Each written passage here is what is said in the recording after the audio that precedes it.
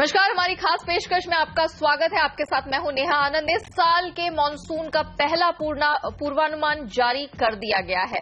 Monsoon में इस बार सामान्य रहने की संभावना है, लेकिन एल नीनो का भी इफेक्ट रहेगा। काफी इंटरेस्टिंग फोरकास्ट निकल कर आया है। इससे पहले कि हम चर्चा खोलें, हमारे गेस्ट को इंट्रोड्यूस करें, सीधा ले चलते हैं आपको आईएमडी की प्रेस कॉन्फ्रेंस में। That probability for improvement towards near normal condition is 38% at the moment. It can increase because, as I told in response to our question, probability of moderate El Nino developing in August-September, that probability has reduced from March condition to April condition, from 50% above to 40%, near 40%. And moderate El Nino, moderate IOD is also developing simultaneously over Indian Ocean. So both जो है factors, they are favorable conditions for India. Because of that, we will see by June we will get the more clear idea. Because of moderate nature of both El Nino and IOD, spread of these predictions are very high. If you see the prediction, uncertainty in the predictions are very high. Had it been a strong El Nino, strong IOD, it will be very clear demarcation of uncertainties will come. Because of the moderate nature of anomalies, global anomalies, uncertainties are high and the spread of the predictions are also very high. It is not our own assessment. Globally, all models are saying that. Sir, another question. Sir, another question regarding Tamil Nadu. You said last year Tamil Nadu will see a good rainfall. And what is the reason why the Tamil Nadu received the worst ever rainfall last year? Monsoon season, if it is a good monsoon season, Tamil Nadu falls under the rainfall shadow zone. Rayalaseema Tamil Nadu monsoon में तो बारिश कमी आती है तमिलनाडु में, उनका बारिश आती है नॉर्थ ईस्ट मानसून सीजन में। इस बार जो है नॉर्थ ईस्ट मानसून जो है बिलो नॉर्मल एक्टिविटी होने की वजह से उनका ड्राउट की स्थिति पैदा हुई है। गुजरात के कुछ हिस्से में, राजस्थान के भी कुछ ऐसे हिस्से रह गए थे जहाँ पर अच्छी बारिश होने के बावजूद नॉर्मल मानसून अबव नॉर्मल था, तभी वहाँ पर पूरी तरह से बारिश नहीं हो पाई, कम रहा। इस बार जब अभी प्रेडिक्शन हो रही है कि नॉर्मल मानसून होगा, जो कि कम भी हो सकता है, 5% आपने बताया प्लस माइनस, तो क्या पिछली बार से वहाँ पर स्थिति इस बार भी गंभीर हो सकती है? क्या हो सकती है? हर मानसून सीजन में even above normal monsoon condition भी होगा ना, उस साल में भी 15 से 20% डिस्ट्रिक्ट जो है फिर भी डेफिशिएंट रहते हैं। वो ऑल इंडिया के लेवल पे ये नॉर्मल और अबव नॉर्मल बिलो नॉर्मल मापा जाता है, बट हर साल में 100% ऊपर आने के बावजूद देयर विल बी 15 से 20% के डिस्ट्रिक्ट होते हैं, वहाँ डेफिशिएंट रेनफॉल होता ही है। वो पॉकेट जो है बदलते रहते हैं, बट 15 से 20% का देश जो है हमेशा कुछ न कुछ डेफिशिएंसी का स्थिति बनी रहती है। गर्मी काफी है पिछली बार के हिसाब से, अगर हम इसकी तुलना करें, और हमने देखा था कि पिछली बार मानसून लगभग 1 हफ्ते से अधिक समय देरी से आया था। तो इस बार बारिश क्या मानसून की उम्मीद हम पहले कर सकते हैं, क्योंकि गर्मी अभी काफी, हालांकि बाद में आप इसका प्रेडिक्शन करेंगे? उसका तो मई के बाद होता है। तो आईएमडी की ये प्रेस कॉन्फ्रेंस थी। इस साल का पहला पूर्वानुमान मानसून को लेकर जारी कर दिया गया है। एल नीनो की संभावना है, लेकिन अगस्त से अक्टूबर के बीच में। अब ये समझना होगा कि सामान्य मानसून की भी यहां बात कर रहे हैं, कह रहे हैं कि एल नीनो की जो प्रोबेबिलिटी थी, जो मार्च में इन्होंने स्टडी की थी, वो मार्च से अप्रैल में 50% से घटकर 40% रह गई है। 15 से 20% इलाके ऐसे रहेंगे जिसमें सूखे वाली स्थिति रहेगी।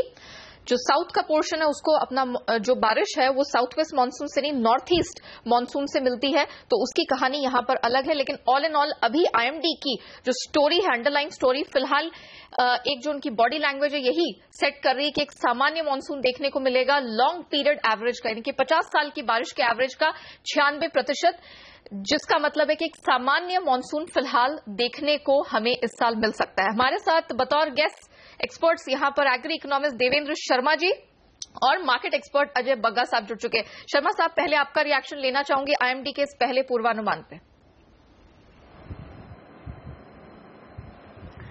देखिए, पहला जो ये फोरकास्ट है, इससे बहुत स्पष्ट है कि भाई अगर इस बार नॉर्मल मानसून होगी तो एटलीस्ट एक बड़ी खुशी की बात है उन करोड़ों किसानों के लिए जिनकी हालत इस समय बहुत पतली है, हम जानते हैं। और स्पेशली साउथ इंडिया में, जिसका अभी कोई इंडिकेशन नहीं आया है कि तमिलनाडु, केरला और कर्नाटका में या तेलंगाना में रेनफॉल का पैटर्न कितना शॉर्टफॉल होगा या क्या होगा, ये तो मैं अभी सुन नहीं पाया। लेकिन जो असली जो मुझे लगता है कि जो कॉज फॉर चीयर है वो ये है कि कम से कम 2014 और 2015 के जैसे सूखा पड़ा था, हम एक्सपेक्ट कर सकते हैं कि भाई 2017 में वो सिचुएशन नहीं होगी और नॉर्मल मॉनसून रहेगा। इससे बड़ी बात क्या हो सकती है। लेकिन एक बात जो आपने कही थी कि भाई शुरू में कि भाई इट्स वेरी इंटरेस्टिंग फोरकास्ट, मुझे लगता है कि उस पर भी हमें चर्चा करनी चाहिए कि इंटरेस्टिंग ये क्यों है। अगर ये अगस्त के बाद मॉनसून पेटर ऑफ करता है तो मुझे लगता है कि एग्रीकल्चर की हालत जो है वो वाकई ही चिंताजनक होगी उस समय पर। लेकिन अभी तक जो फोरकास्ट नजर आ रहे हैं, I think it's cause for cheer. Okay, in fact sir यहाँ पर जो प्राइवेट फोरकास्ट एजेंसी थी स्काईमेट, उन्होंने आईएमडी से काफी पहले मार्च में ही उन्होंने अपना पूर्वानुमान जारी किया था और उसमें उन्होंने साफ तौर पर एक चिंता जताई थी। और जुलाई के बाद से, इनफैक्ट जुलाई अगस्त ऑनवर्ड्स ही उन्होंने यहाँ पर एल नीनो की वजह से कम मॉनसून के थोड़ा सा फीका पड़ने की और कम बारिश की संभावना जताई थी। मैं आपसे बतौर एग्री इकोनॉमिस्ट एक्सपर्ट समझना चाह रही थी, क्योंकि जुलाई अगस्त में बारिश हमारे देश के लिए, हमारे भारतीय किसानों के लिए और कृषि के लिए काफी महत्वपूर्ण है। अगर अगस्त से अक्टूबर के बीच में जिस डेवलपमेंट की हम बात कर रहे हैं एल नीनो की, अगर वैसी स्थिति बनती है, प्रोबेबिलिटी घटी भी है, अगर वैसी स्थिति बनती है, क्या हमारे लिए चिंता की बात है? देखिए, इसमें तो समझने की जरूरत हमें यह है कि जुलाई में इसलिए इंपॉर्टेंट होता है कि हमारी जो अधिकतर जो खरीफ की जो सोइंग होती है वो उस समय पे होती है। तो जुलाई में पैडी की या बाकी जो फसलें हैं उनकी सोइंग होती है, इसलिए बहुत इंपॉर्टेंट है कि टाइम पर अगर बुआई हो जाए तो इससे बड़ी बात नहीं होती है। लेकिन अगर अगस्त में जबकि वो क्रॉप जो है अपने सीड के उसमें स्टेज में आने वाली होती है, अभी हुआ नहीं होता है या मतलब उस स्टेज पे आगे होती है, तो अगर हम उस स्टेज पर बारिश कम हो जाए तो जो पॉजिटिव हमने देखा था जुलाई के अंदर, वो हमने देखा कि बहुत से टाइम पर हमें ऐसा करना पड़ा है कि अगस्त में दोबारा सोइंग करनी पड़ी है, दोबारा ऐसी फसलों पे जाना पड़ा है जो कि शॉर्ट टर्म हो या उस समय हम उसको जिसको कहते हैं कि एक तरह का कंपनसेशन पैकेज हम लेके आ सकें। अब कह रहे हैं कि अभी जो मंथ रिवीजन की बात यहाँ पर आईएमडी ने की है, उन्होंने कहा कि जून ऑनवर्ड्स वो हर महीने फोरकास्ट लेकर आएंगे, वो फिर शायद बहुत इंपॉर्टेंट होगा, क्योंकि अभी उन्होंने ब्रेकअप की बात यहाँ नहीं की है।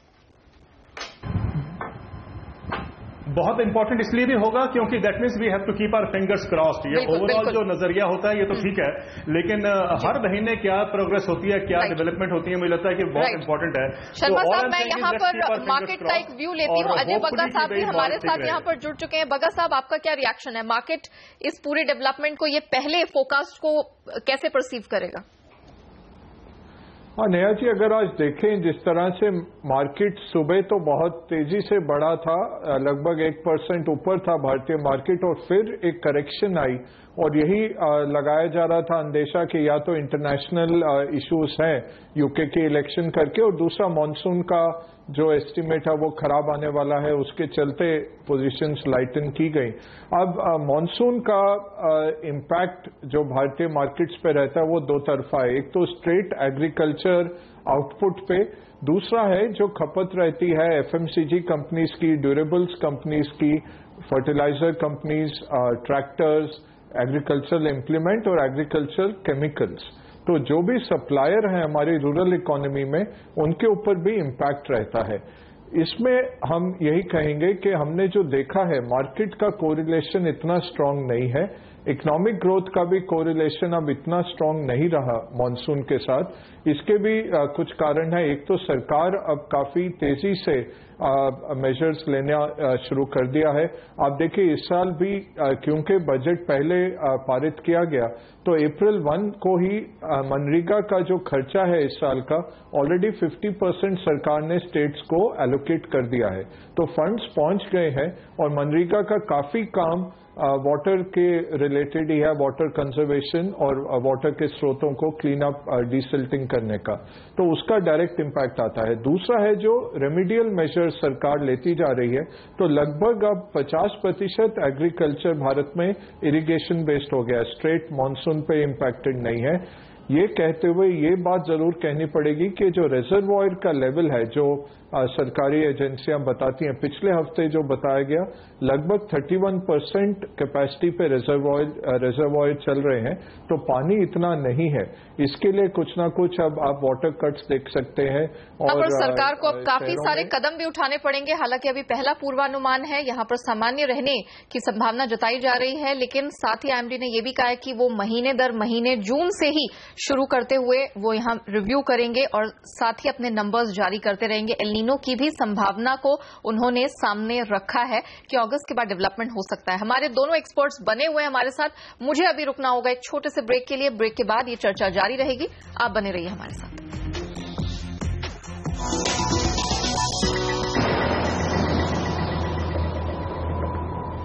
तो मानसून का पहला पूर्वानुमान हमारे सामने है। एल नीनो के साथ साथ एक सामान्य मानसून की संभावनाएं फिलहाल पहले पूर्वानुमान में बनती दिख रही है। अजय बग्गा साहब हमारे साथ मार्केट के एक्सपर्ट बने हुए हैं। बग्गा साहब, यहां मेरे दो सवाल हैं। सबसे पहले तो ये समझना चाहूंगी कि गिवन अभी जिस तरह का पहला पूर्वानुमान दिया है, हमने जीडीपी की ग्रोथ को इससे सीधा रिलेटेड देखा, ऑल्दो आपने कहा है कि और भी काफी डेवलपमेंट्स है जिस पर जीडीपी की या इकोनॉमी की ग्रोथ निर्भर करती है, लेकिन मॉनसून एक बहुत बड़ा रोल प्ले करता है। इसे देखते हुए इस साल आप इस वित्त वर्ष में किस प्रकार की ग्रोथ नंबर सामने आते हुए देख रहे हैं? जी देखिए, जो मेन चेंज हुआ है पिछले सालों से है कि जो गवर्नेंस का जो बहुत फैक्टर एक बड़ा आ गया है कि सरकार बिल्कुल कमिटेड है कि रूरल फार्म इनकम को डबल करना है 2021-22 तक। इस तरह के जो मेजर्स लिए जा रहे हैं उससे एक तो एग्रीकल्चरल इकोनॉमी का पे इम्पैक्ट जो है मॉनसून का वो कम है। दूसरा है कि रूरल इकोनॉमी में जो स्ट्रेट एग्रीकल्चर का जो हिस्सा था वो भी कम होता जा रहा है, तो और भी तरह के संसाधन है लोगों के पास जिससे रूरल इकोनॉमी चल रही है। और तीसरा है जो डायरेक्ट बेनिफिट ट्रांसफर सब्सिडीज का टारगेटिंग किया गया है जिससे बहुत डायरेक्टेड वे में पैसा पहुंचा है रूरल इकोनॉमी में, तो इसके चलते हमें लग रहा है कि इतना इम्पैक्ट नहीं है। दूसरी बात यह है कि अभी तो नॉर्मल ही कह रहे हैं, बट अगर अगस्त में आता है, जैसे शर्मा साहब ने भी कहा कि बुआई के टाइम अगर मॉइस्चर कंटेंट नहीं रहेगा सॉइल में तो वो फिर उत्पादन कम हो जाता है और फिर विंटर के रबी क्रॉप के लिए भी बहुत जरूरी है कि मॉइस्चर रहे उसमें। तो बट इसके सामने एक चीज जाहिर है कि हमारे पास स्टोरेज में काफी उत्पादन है, तो ऐसा नहीं है कि सरकार इन्फ्लेशन या उस चीज को बढ़ने देगी। उनके पास काफी साधन हैं इन्फ्लेशन को भी चेक करने के। तो एट द मोमेंट डर नहीं लग रहा है मेरे पास। सर, समय की थोड़ी किल्लत है। शर्मा साहब, मैं आपका एक यहां पर व्यू लेना चाहूंगी।